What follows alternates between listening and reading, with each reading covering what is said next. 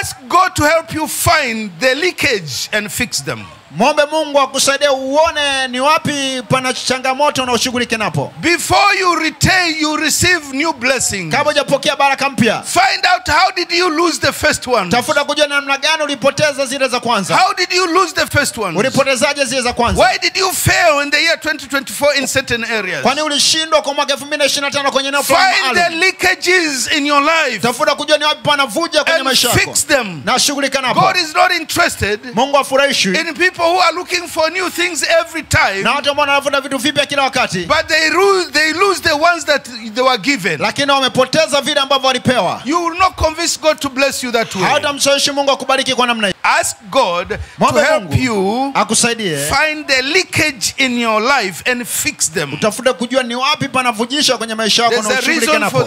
Kuna sababu kwa hiyo. God is not willing Mungu haiko tayari to pour blessings kuachilia baraka in a leaking vessel.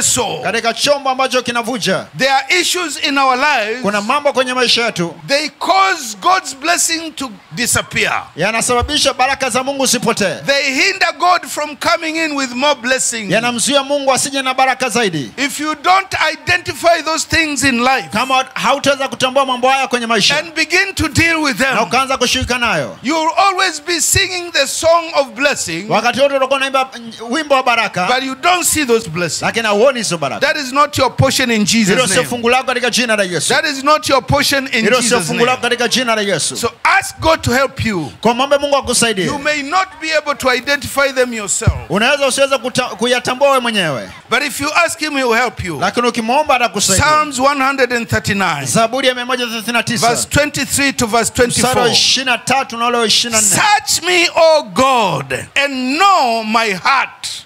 Try me and know my anxieties. Mungu nichunguze, ujue moyo wangu. Unijaribu uyajue mawazo yangu. And see if there is any wicked way in me, and lead me in a way everlasting. Uone kama iko njia iletayo majuto ndani yangu, ukaniongoze katika njia ya milele. It is very difficult ngumu sana to identify your own leakages in life. Kujua wapi panavuja kwenye maisha yako mwenyewe. Things that cause your blessings to leak out. Vitu ambavyo vinasababisha baraka zako zikuache. Cracks that cause problems in your life. Mianya ambayo inasababisha matatizo kwenye maisha yako. Some of these things baadhi ya hivi vitu are certain habits. Ni tabia fulani that they are so innocent ambayo hazionekane kama zina madhara. It doesn't look like they can cause any problem. Haionyeshi kana kwamba inaweza kusababisha tatizo lolote. Some of these things, baadhi ya hivi vitu, there are certain behaviors and attitudes. Ni mitazamo fulani na tabia fulani. Certain characters. Tabia fulani. Some of these things, baadhi ya hivi vitu, there are certain mindset. Ni mtazamo fulani. And it is so hard for you to identify them. Na ni ngumu sana kwako kuweza kutambua. You need God's help.